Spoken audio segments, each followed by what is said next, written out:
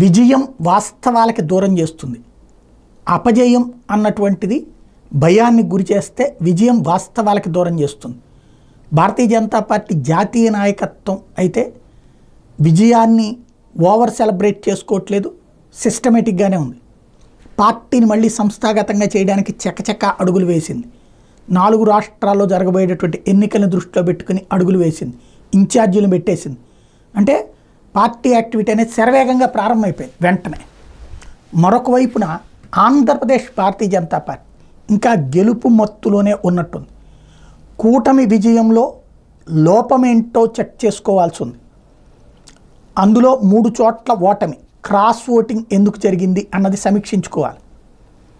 Highest assembly సీట్లు ఓ పక్కన కూటమి గెలిస్తే పార్లమెంట్ సీట్లు ఎందుకు ఓడిపోయింది అన్నటువంటి సమీక్షించుకోవాలి. కడప కానీ, రాజంపేట కానీ, తిరుపతిది కానీ. నెంబర్ 1 అది సమీక్షించుకుంటున్నట్టు కనిపించట్లేదు. రెండవది, భవిష్యత్తు పార్టీ పరిస్థితి ఏంటి? 8 మంది ఎమ్మెల్యేలు, 3 ఎంపీలు ఉన్నారు పార్టీని, 2 మంత్రులు, 1 రాష్ట్ర మంత్రి, 1 కేంద్ర మంత్రి.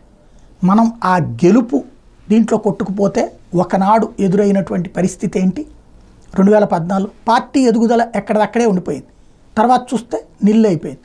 ఒకనాడు వాజ్పేయి గారి టైంలో కూడా సేమ్ ప్రాబ్లం అయింది. మంత్రి పదవులు తీసుకున్నాం కానీ పార్టీ ఎక్కడ వేసిన గొంగళి అక్కడే అయిపోయింది. 2004 నుంచి చూస్తే పార్టీ పరిస్థితి దారుణమైపోయింది. పార్టీ అధికారంలోకి వచ్చినటువంటి సందర్భంలో, కేంద్రంలో రాష్ట్రంలో అధికారంలో ఉన్నప్పుడు ఇప్పుడు పార్టీని బలోపేతం చేసుకోవాలి, మంచి నాయకత్వాన్ని సెట్ చేసుకోవాలి, స్థానిక ఎన్నికలకు సిద్ధమైపోవాలి. అది జాగ్రత్తగా ఇప్పటి నుంచి అడుగులు వేసుకోవాల్సినటువంటి బాధ్యత రాష్ట్ర నాయకత్వం మీద ఉంది.